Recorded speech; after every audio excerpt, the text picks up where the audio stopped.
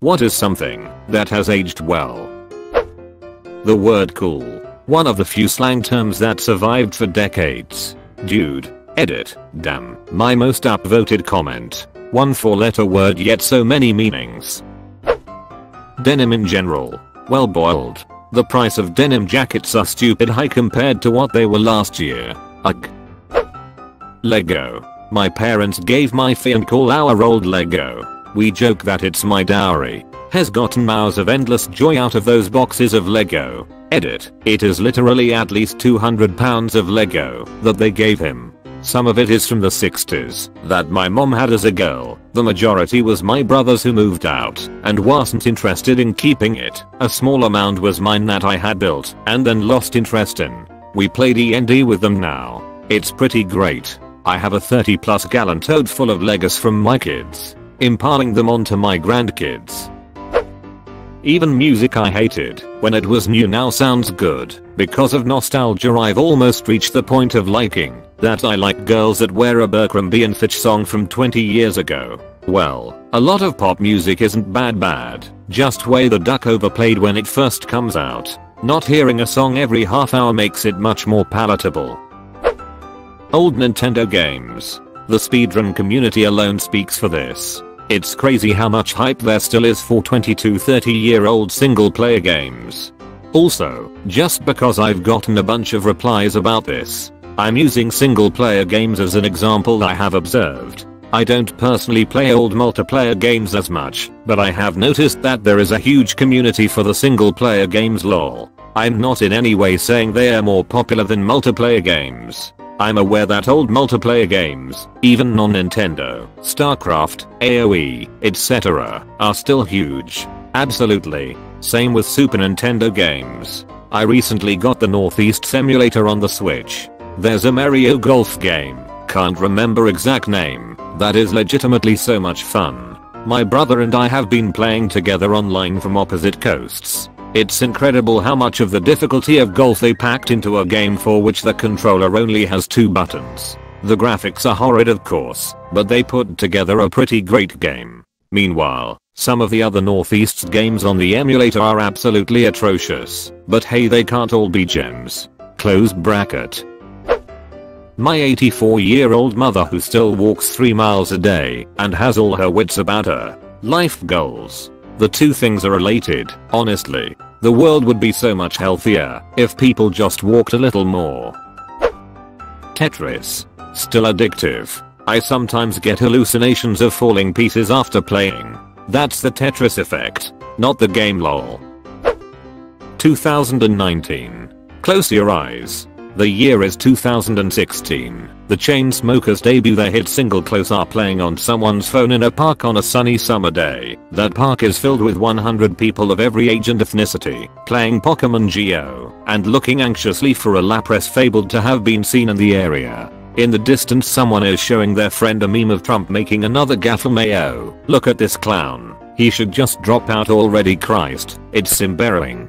Now wake up. Put on your N95 rated mask, listen to President Donald Trump's COVID-19 announcement, and get to work. The toilet paper is finally arriving in the store for restocking, and if you aren't quick enough you'll get stabbed for it or worse. Coughed on.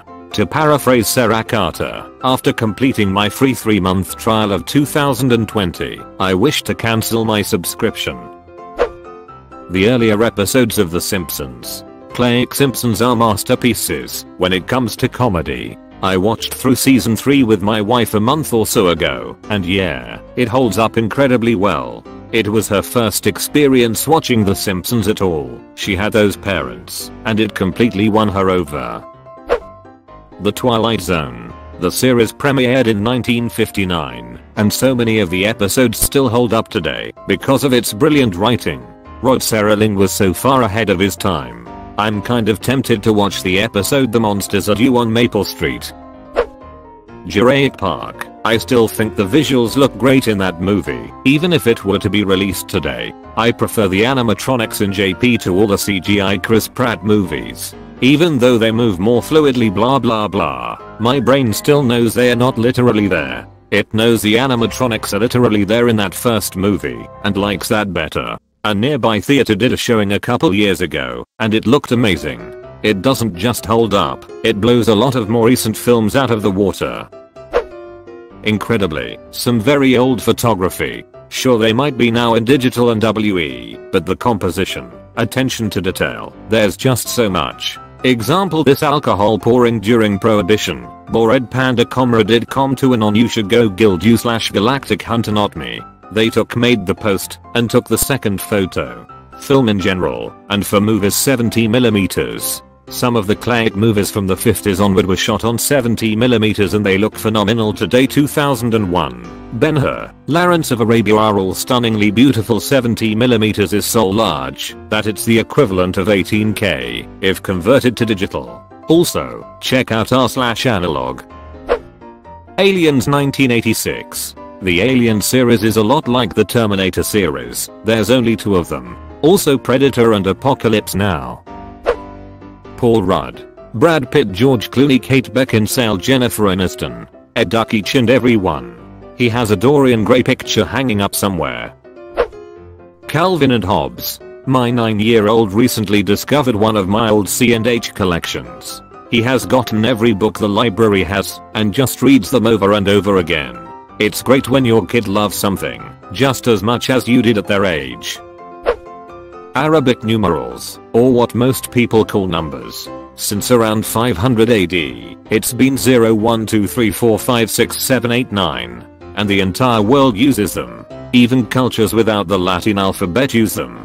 Always interesting seeing them used in Asian languages writing, as they stand out seeming Western, but they were in fact developed in Asia by Hindu mathematicians and spread throughout Middle East where they became popular, hence Arabic numerals. Edit, I get it, Arabs don't use this numeral system, what a misnomer, am I right? And an Indian mathematician Irayab had to develop the concept of zero. This is why I included developed in Asia by Hindu mathematicians. I think they only seem Western, because we actually recognize and understand them, in contrast to the moon runes. It's amazing how Arabic numerals really are just the right way to represent numbers. Like, all the different number systems that have been tried, but this one just objectively works better, although perhaps a bit of a shame we standardized on base 10, rather than 12 or 8. When I was a young kid struggling with math, I stumbled on the idea that all math is really using ancient Arabic symbols to write in a fundamental language that is universally and objectively true, in a certain sense at least, and can be used to unlock knowledge about the universe, and can even describe dimensions and realities we can't even perceive or comprehend. It was as close to learning real magic as you could get, and the more formulas you learn are like spells that can solve and defeat problems. Changed my whole perspective and math became one of my best subjects. Megamind. The villain being a nice guy and Soul was absolutely ahead of its time, and I think, now that we are farther away from Will Ferrell we can appreciate his role more, now that it's not something oversaturated. The animation still looks amazing, and the music selection feels very reminiscent of both Shrek and Guardians of the Galaxy. The comedy doesn't feel dated at all, and very timeless. You could watch multiple times and learn something new every time, as I have. A lot. It's starting to get a lot more love now, which is great, because now I can talk about it with other people and not look batshit crazy. Oh, you're a villain alright, but not a super one. What's the difference? Welcome to the Jungle Starts presentation. I still sometimes say hello instead of hello, because of that movie. Seasons 1, 2, 3 of SpongeBob. Clicks to this day. Once upon a time there was an ugly barnacle, he was so ugly that everyone died. The end. Seaweed 50% sea 50% weed. Roger Federer, still a top 10 player at 38. I think the Federer, Nadal, Djokovic hegemony over men's tennis is going to be in the record books. Those 3 have been in the top 3 for the last 15-ish years. Top 10. You mean top 3? Astronomer here. There is a star about 200 light years away from us called the Methuselah star, which appears to be about as old as the universe itself. Specifically, the universe is thought to be about 13.8 billion years old, and the star is, based on its composition, estimated to be 1446 plus /0.8 billion years old. So presumably if you are on the side of that minus, it's younger than the age of the universe, but still, the fact that it's been shining for a good 13 plus billion years is astounding. For reference, our sun has been burning for about 4-5 billion years, and has about 5 billion more to go. So this star has already lasted longer than our sun ever will. Do you think it might see the end of the universe as well? It hurts my brain to think about something being alive that long. Impossibly amazing. 90s Japanese cars, especially if they have pop-up headlights. Deja vu. Avatar: The Last Airbender 15 years later and it still remains one of my top rated shows. It was such a well developed show, and the lore was outstanding. I just finished rewatching it and I agree. It's definitely timeless. Anything scored by John Williams. He makes scenes feel so alive and meaningful. Reddit. Thank you for my first award. Alexa, play Duel of the Fates. Did you know that the makers of Home Alone reached out to him 100% on a whim, expecting that he was way out of their league, and he decided to score Home Alone, which 100% changed the feel of it. They had written/acted out a lot of the movie like old Roadrunner cartoons, which it's the music that gives the movie so much of the emotional feel. There are a lot of John Williams score bits that mean a lot to me, but nothing means more to me than the Brachiosaurus reveal music of Jurassic Park. I have watched the movie hundreds of times, rewatched it in 3D, but that scene with that music gets me emotional every single time.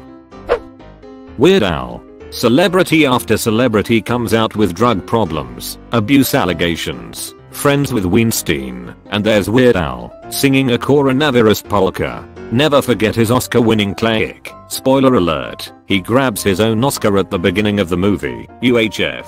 A timeless classic indeed. I started listening to Weird Al when I was about 15. My kids are now the same age, and they enjoy listening to his songs as well. The man is a funny, irreverent and witty genius. Me 70 on the 4th of April 20. Down 140 pounds from 300. Walk 30 miles a week. Perfect EKG. Perfect blood work. Perfect blood pressure. Happier than I have ever been. Good for you.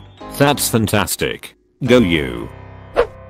Lord of the Rings trilogy. Still great. Also I enjoy the Rankin Bay version of The Hobbit. I wasn't around yet for the original Star Wars trilogy, but I sure am glad I was the perfect age to experience Lord of the Rings when it first came out. It was all me and my friends talked about. I heard it put that the trilogy was made at the perfect time. CGI had gotten just good enough to be able to make all the fantastical stuff work, but not good enough to rely on for everything.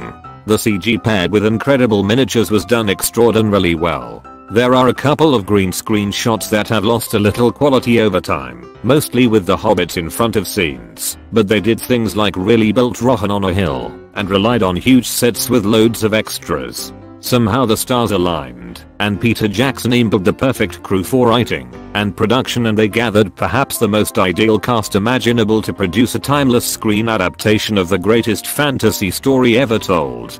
Considering the direction the world has gone more recently, perhaps Jackson drained too much of the world's positive energy and sent us into a freefall of greed, plague, and pestilence. I'll to save us.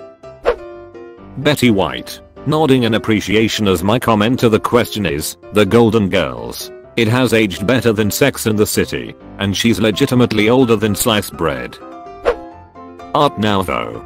From the architecture, the jewelry, to the fashion. I find it all incredibly aesthetic. I'm an Art Deco fan, myself. Absolutely agree with this. I'd also add a lot of arts and crafts and pre-Raphaelite work.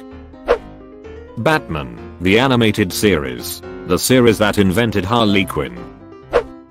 I find that a few classic rock bands are still very popular with young people today. Bands such as the Beatles, Queen, Pink Floyd, Led Zeppelin, the Rolling Stones, ACN/DC, Metallica, Guns N' Roses and Nirvana especially are the most popular amongst my peers. Loud rocking guitars and whatnot will always be a timeless sound. It might not be the absolute commercially popular thing on the radio, but it will always be around. Cracks me up to hear a band like Nirvana considered classic rock when they were around 30 something years after the Beatles. Just thinking about the Beatles in the 60s and Nirvana in the 90s.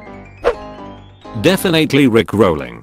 It has been a thing for about a decade and is one of the most popular memes and ways to troll on the internet. My 13-year-old son has just discovered Rickrolling. He thinks it's hilarious. His friends think he's NQR. Steve Carell, that man has aged like a fine wine. He looks younger than S1 Michael still.